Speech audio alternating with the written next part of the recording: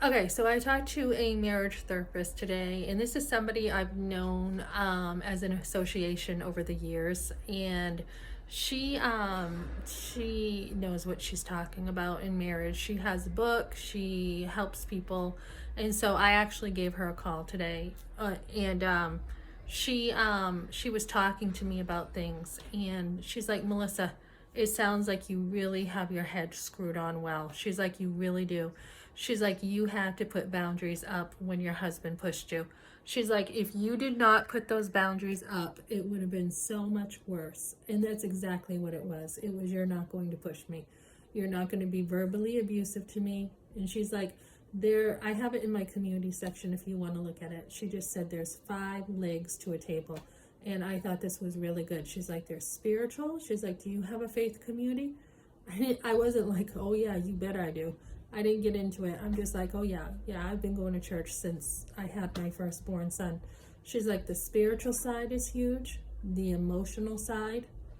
She's like, you sound like you are really taking good care of yourself physically. She did recommend making sure I have a doctor as far as my physical, side. Just she's like, get another mammogram. Make sure you're taking extra good care of yourself. And, as a woman who has been post-abortive with pap smears and stuff, it's not something like I tend to do. Obviously, when you have kids, they're going to give you the works and make sure that you're tested for all kinds of stuff and make sure that you're healthy.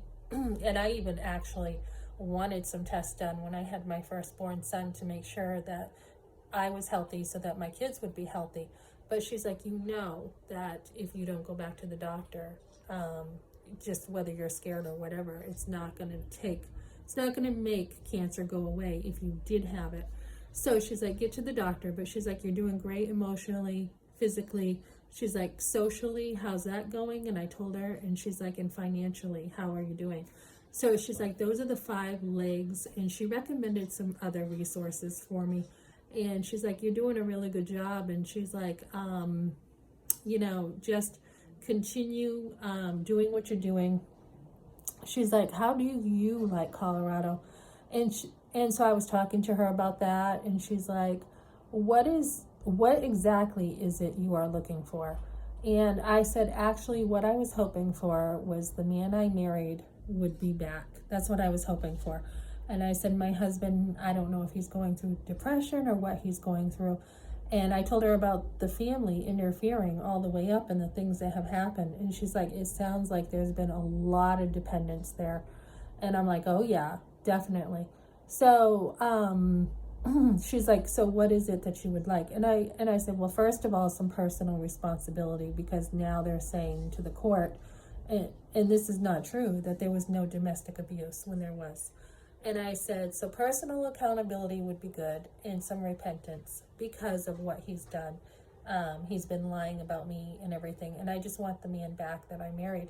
But because I cannot help him, I said goodbye, and that he needs professional help. And she's like, that is a good realization that you made, because we only can change ourselves. And it's true, we cannot change anyone else and only ourselves. And I was telling her how I came to that realization. And like my mom, so she was raised in the projects, right? In Rockrimmon and Manchester, and she worked in the mills.